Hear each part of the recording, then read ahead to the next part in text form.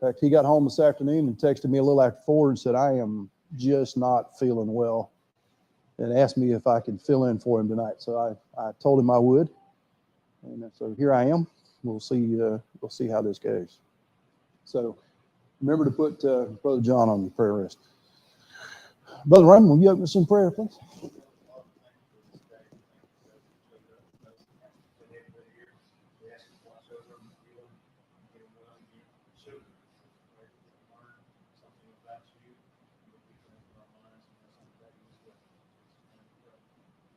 Amen. All right. Well, I'm going to say this really, really quick before Kim gets in here, because I'll never live this down if she ever catches me.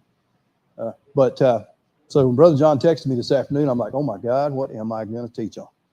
So I hurriedly ran into the bedroom. First thing I did was I prayed. You know, God, give me a message. Tell me what to say, because I'm kind of caught unawares here.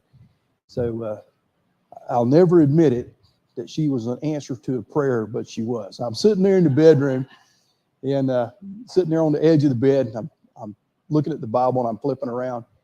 And she called me. What are you doing? I said, well, I'm trying to put together something to talk about tonight. I said, because Brother John is sick and he's not going to be there. Okay, well, I'll let you go then and let you figure something out. So she hangs up. Almost immediately, she called back.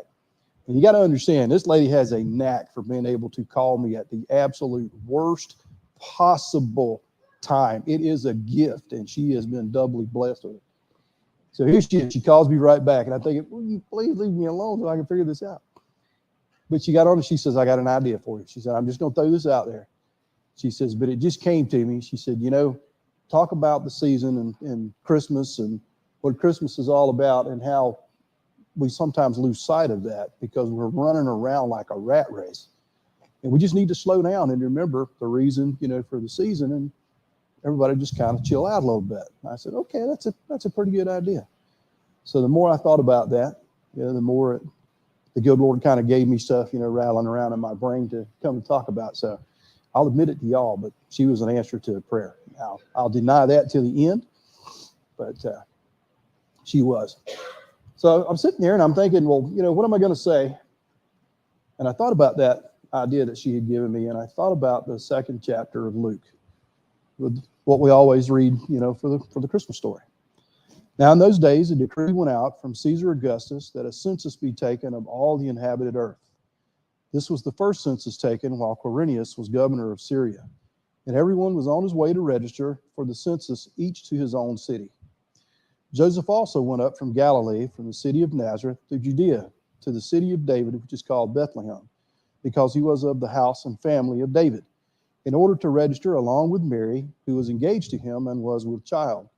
While they were there, the days were completed for her to give birth. So she gave birth to her firstborn son, and she wrapped him in cloths and left him because there was no room for them in the inn. In the same region were some shepherds staying out in the fields and keeping watch over their flock by night.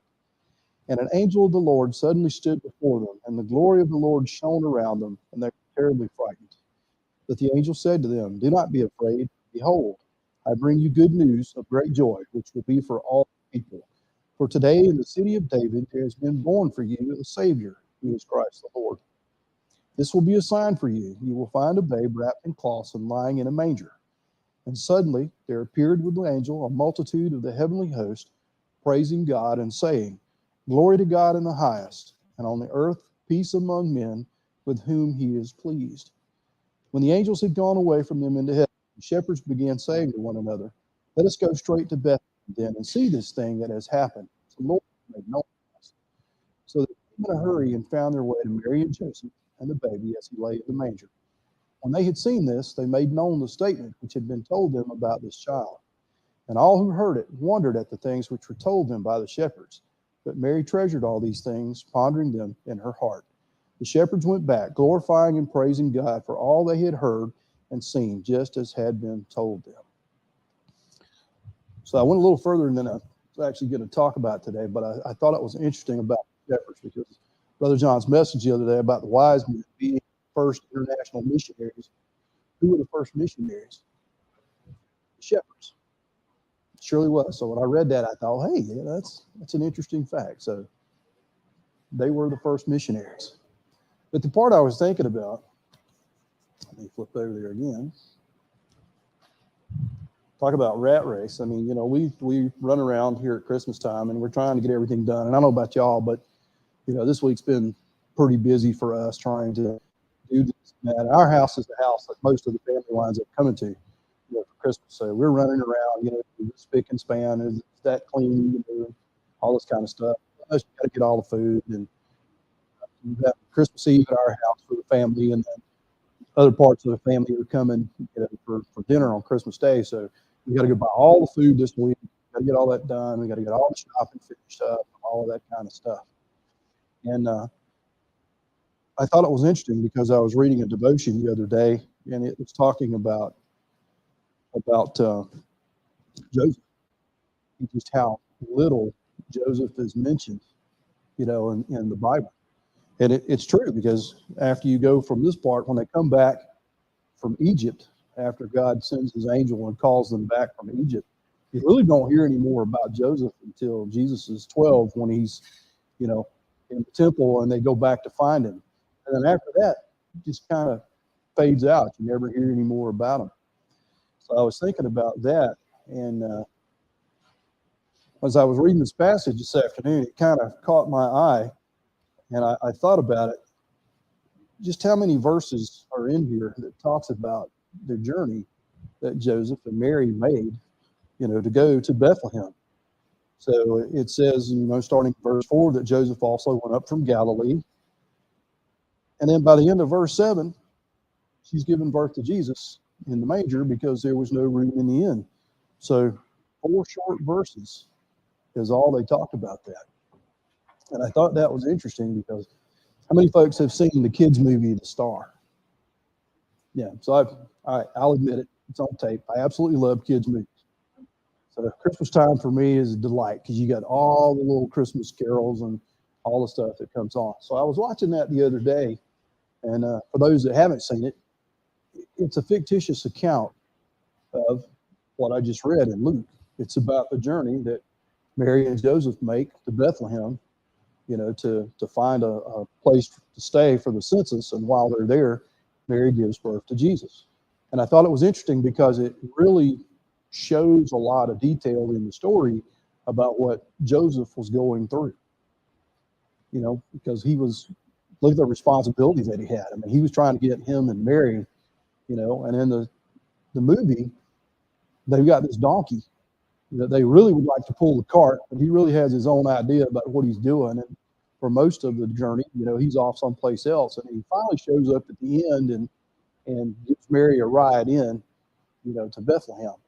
And then after they get there, they're being turned away at all of the inns and everything else. And they go to 3 or 4. And then in the end, they meet up with the donkey again. And he carries Mary to this stable. And they go in. And excuse me. Of course, Joseph's all upset. And he's like, no, this won't do. And Mary looked at him and she said, Joseph, it's time. No place else to go. It's going to be all right. It's time. And the whole thing about that, when I thought about that, is, that's God's way of showing them that everything's going to work out. It's time, but it's not our time. It's his time. So we get wrapped around the details and all of that kind of stuff. And it really comes down to God's time. I'm sure when they set off to go to Bethlehem, they knew Mary was close, but I'm sure they probably didn't know that she was actually going to go into labor when they were there, and that Jesus was going to be born there. I certainly don't think they thought that they would wind up in a stable, but that's what God had in mind the whole time. What a humble beginning for the Savior of the world. It's just another one of those things that the world would look at it and think, no, it wouldn't happen that way. Somebody of God's stature would be born in a palace or something someplace. No, that's not God's plan. So as we're running around and rushing and trying to get everything else done, it just might pay us to stop and think about, this is God's plan, and it's his time, his timetable. So everything's going to work out just the way that he has in mind. So what do y'all think?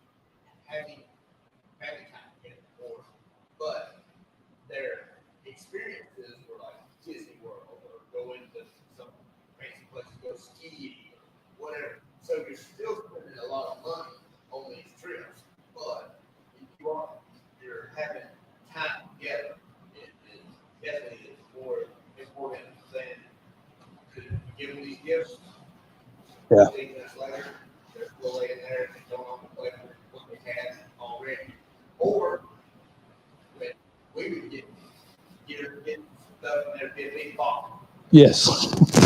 They take stuff out of the boxes and they put it in the box. So, furniture, we go to a big long beige box and they played in it, they colored on it, they use that thing for months and months and months, and they play it great. It's not always about how much you spend, it's how much time you spend, and you don't think, well, it's time is always important, but it is. So they do appreciate more than you think. Mhm. Fantastic idea. You know, I remember talking about that. I guess it's always been that way, but I remember years and years ago, Carol Burnett's kid that she did about Christmas time. When the kid wanted, I think I called it a Killer Kelly doll or something. That's all they heard for months. You know, the kid wanted this thing. And she said, I couldn't believe it. We get it for him. He plays with it for 10 minutes, and I look around, and he's outside kicking an old flat soccer ball around for the next 2 hours. So.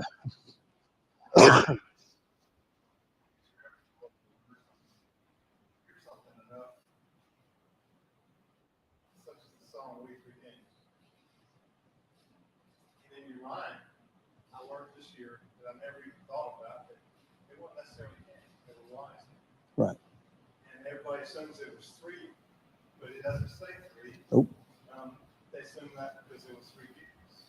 Mm-hmm. So it's things like that you learn. So, well, I always thought about it as 3 candy. Well, It wasn't either. It wasn't necessarily. it's like every nativity scene, every creche that you'll see, you see the wise men over there, and there's always 3 of them, and Jesus is in the manger. Well, we know that in all likelihood, it was a year or 2 after that the wise men actually came. So no, there was no manger. They were in a house. You know, the Bible talks about it being in a house. So it's funny how we get those things in our head, you know. And no, this is the way it's got to be at Christmas time. I got to have the manger, and I got to have the 3 wise men standing over there. But nothing could be further from reality, you know, for what it was.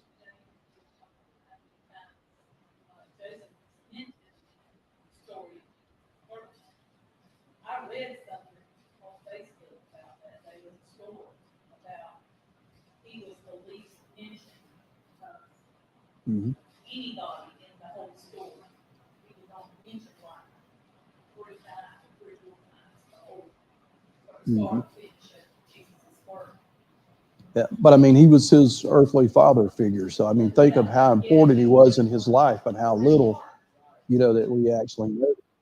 Yeah, and what I was listening to the other day, and it was a thing on the radio. I remember now what it was. It was a devotion that somebody was reading on the radio.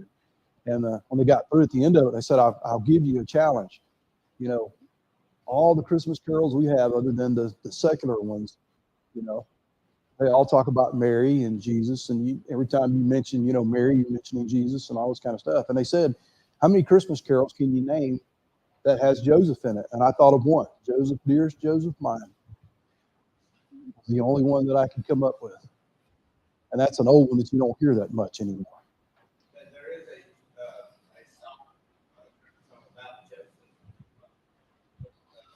because he's mentioned so little, and how would it be to be the dad of a king, of God's son? That was kind of what the story of the star, you know, was bringing out too, because in the beginning of it, he's expressing to Mary how inadequate he feels because how am I going to raise a king? I don't know anything about teaching somebody to be a king, you know, stuff like that. And, you know, we read these 4 short verses in the Bible, and that's all it really talks about from the time that the census is declared until they get to Bethlehem and Jesus is born. But think of all of the things that had to happen that he had to do in order to make that happen, to arrange for them to get there. Mm-hmm. Yeah, and you know that was the thing that they had mentioned the other day as well, is that the angel appeared to Joseph 3 times. You know, once when he was told not to be afraid to take Mary as his wife, and then once when he was told to take Mary and Jesus and go to Egypt, and then again when he was told to come back. He didn't hesitate. He did exactly what he was supposed to do. So, sometimes that's what it takes, is just for us to be obedient, and God makes the rest of the pieces fall into place. You know? Interesting note on that. I did here the other day. I was really sad. I was listening to XM radio, and I was kind of hunting around. Because these things use a preset playlist, so you listen to one station long enough, you're hearing it over and over and over again. So I was hunting around for something else, to listen to. And I like the guitar, and I found an acoustic Christmas music station on XM. I thought, oh, this will be good. So I turned it on, and I don't remember what song was playing, but the very next song that was up in their set list was Silent Night. And I don't remember what artist it was that was doing it. I'd never heard of it before, but they were playing it, on the acoustic guitar and singing it. And it was very good. They got through the first verse, and then they got to the second verse, and I was dumbfounded. Everywhere in there where it had, Christ our Savior is born or some other reference to Jesus, they substituted sleep in heavenly peace. They took Christ totally out of Silent Night. And I'm listening to that thinking, good grief. So I'm like, nope, that's all for you. And I switched the channel and went to something else. And 3 strikes and they were out. But I couldn't believe that. They actually are now removing Jesus from our non-secular Christmas, songs. And everybody's probably nodding their head and fine with it out there in the world. But I thought, what a shame this is.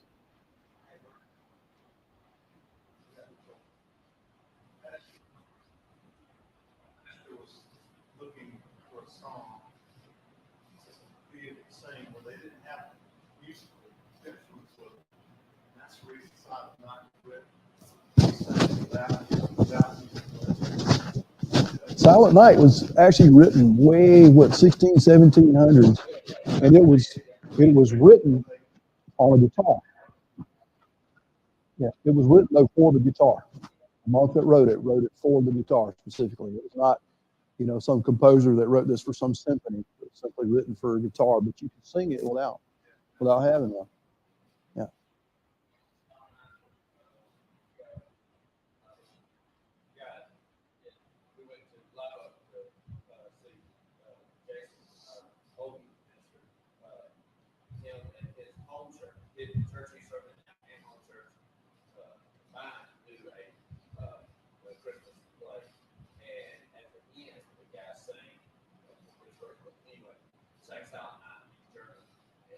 Oh yeah. Yeah. So just some of a little bit of what's been going on this week. I did see one thing yesterday, and I thought of Miss Thomas. How she's always talking when we give prayer requests, but she asked us to pray for the country and everything. But I saw an article yesterday where a lady in the United Kingdom has actually been arrested for praying to herself. Yes, to herself, not out loud, just praying to herself. Because this area was known day. She admitted it. She admitted it. But someone actually called the police and said, I think she's praying. She would have been praying out loud. It was some kind of exclusion zone or something that they said that they've got set up around abortion clinics. You can't, right? You can't have any kind of outward show of anything, condemnation wise or prayer or anything else that goes against the pro-choice mentality over there. No, this was in the United Kingdom, but believe it, it's coming here. It's coming here. It will get here.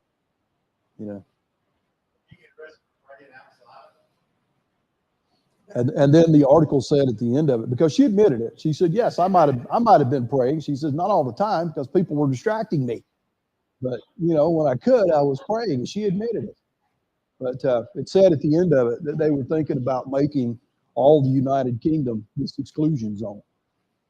And when you do that, then you can now be arrested for praying even to yourself anyway. So I looked at,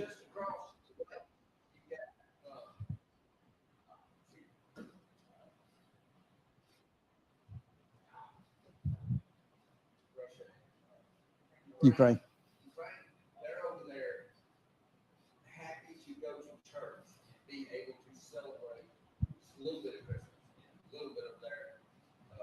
normalcy. And you got people right there. Yeah. The interesting dynamic over in Ukraine is you have the Orthodox Church, which is pretty much the Russian Orthodox Church over there. And now with the civil war essentially going on between them and Russia, with them trying to take it over, you've actually got elements of the Russian Orthodox Church working against the Ukrainians. Yes, they sure are. They're siding with the Russian Federation, and they are actively working against the Ukrainians. It's getting to be pretty bad. All right, so that's what I had for this week. How long has it been?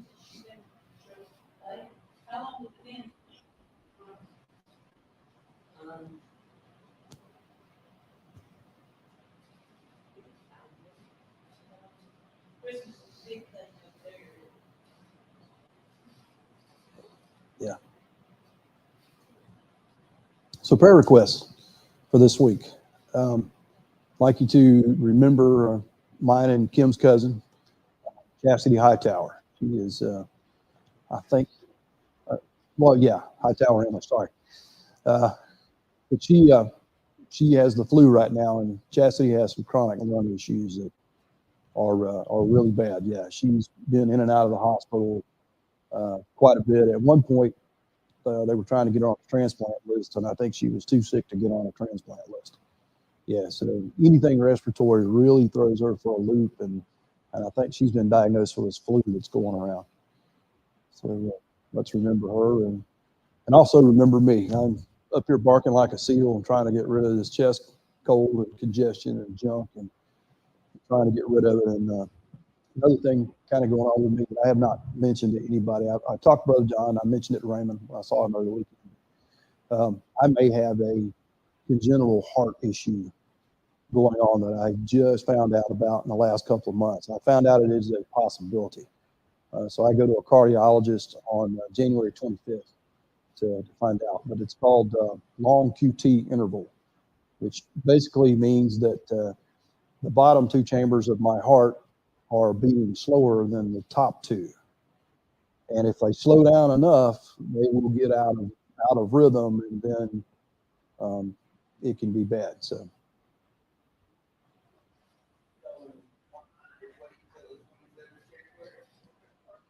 Well, that's the first appointment I can get with the cardiologist. I mean,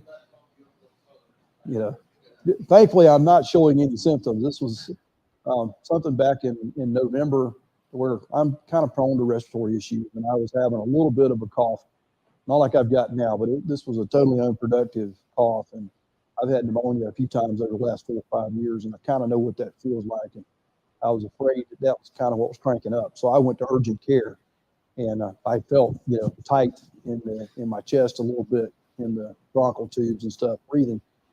And so they x-rayed, and they said the lungs were totally clear, but the tightness in the chest, so they did an EKG. And then they calculate all of these intervals off of the EKG where the waves are. That, if you've ever seen it, the graph paper that it's printed on actually is a unit of time. And they can sit down and measure that out according to those units on there, and they can tell exactly how much time is coming between this point and this point. And then they actually correct it for your heart rate and come up with a time value of how long it takes from here to here. I guess there's several points there that the amount of time in there is significant. And so the doctor came in and said, yeah, you may be having this thing called long QT syndrome or long QT interval. You need to go have it checked out. So I'm kind of careful about what medications I'm taking right now. I can't take anything to do with a cold or asthma because that stuff can lengthen that interval. And in fact, if you lengthen it enough, like I said, it gets out of whack and go into ventricular fibrillation. And so it's treatable if it does turn out that I do have it. First thing you do is it puts you on a beta blocker for your blood pressure, which I'm on some other blood pressure pill, and my blood pressure is under control. In fact, it's very good. But they would change that medication to a beta blocker, and that beta blocker will actually shorten that interval back a little bit. and kind of protect you against issues going on. But certain medications can cause this thing to lengthen. And if you've got an issue with it being long, and then you take something that can make it a little bit longer, sometimes it can throw you over that point to where things happen. I'm just careful with what I'm taking as far as cold medicine and that kind of stuff. But it's all treatable. You may wind up needing a defibrillator or something like that if it's bad enough or something. But we'll figure that out when we get to that point. I'm kind of leaving this in the good Lord's hands, and he'll take care of this. So, what else do we have? Who else do we need to remember? I had a lot of trouble with my leg and my hip. It gets pretty bad at times. So, pray that I don't get something. Okay.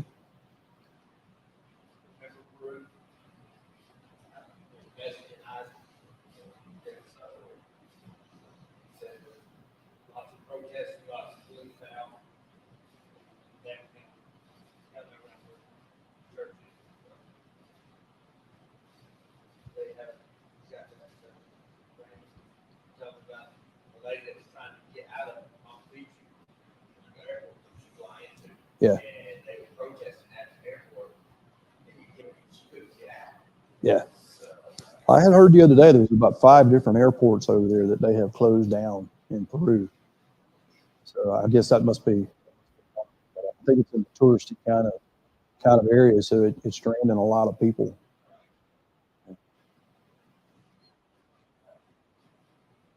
Who else do we need to remember? My mom told me when she was here for Thanksgiving,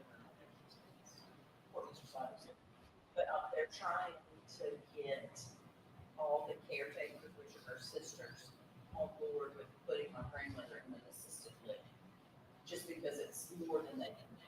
Yeah. Not because she has dementia really bad, they know what's going on. I mean, she's fine that, but they just can't. They can't give her in bed. They can't give her Right. back. They can't give her the care she needs to keep her healthy as she is right now. And so my mom's been on board, her brother's been on board the whole time. We're putting her in an assisted living, and my mom's toured several, and they call my mom all the time saying, hey, Yeah. they talk everybody else into it. But her 2 sisters, her 2 youngest sisters, have decided they can do it on their own.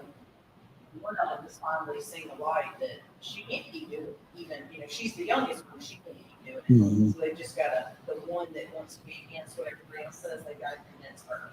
So they're hoping first of the year they can go. And my mom, she reads the calendar of events that they have set up, and it did happen. They were taking, they got the sister to tour one of the assisted living facilities.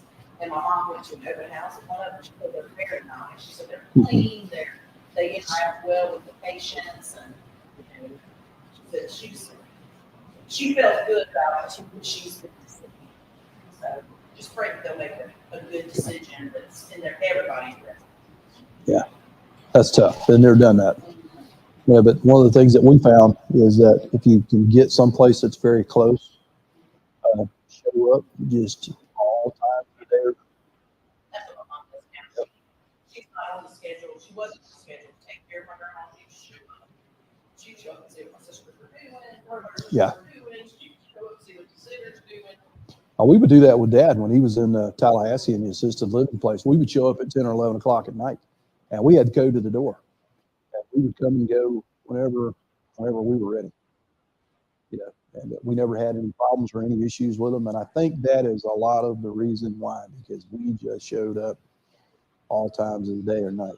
So. She was having rehab for her leg, and she broke her leg, and now she only gets rehab once for an hour, and she was getting it every day. Mm-hmm. She said just the mobility she had then versus what she has now after being homeless is night and day. All right. Anybody else? Right. Brother David, would you close us in prayer? Dear Father, thank you for allowing us to be here. Pray that you would be Brother John. He's fighting some illness, Lord. Pray that you would come past that. Pearson to lead worship of your birth, Lord, as we celebrate that. Just pray that you be with us as we go through the rest of this week, that we will focus on what we're coming up on, that your birth is what it's all about. It's not about all the rhythms. It's about spending time with our loved ones, letting them know that we love them and that they love us. Pray that you will help us to be mindful of all of these things and cherish those, not so much the presents. But just pray that you will be with each one of these prayer requests. Pray that you will be with James. He's preparing to go have some more tests run on his heart. Pray that you will be with Brenda. They see what they can do back their legs. Taking some of that pain away. Pray that you will be with April's mom and her family as they're preparing to see if they can find a suitable assisted living for her mom, that she would be happy and it would take some of the stress off of him, because the care that she needs is more than they can do in that situation. That I know there's several praying for.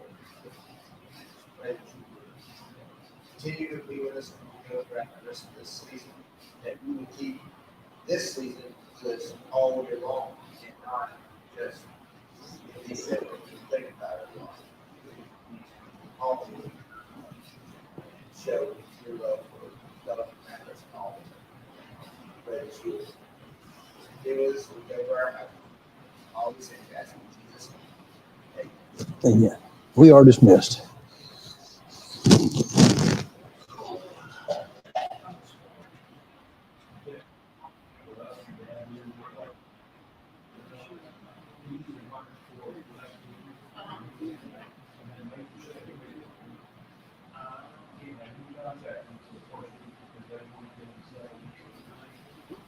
Yeah.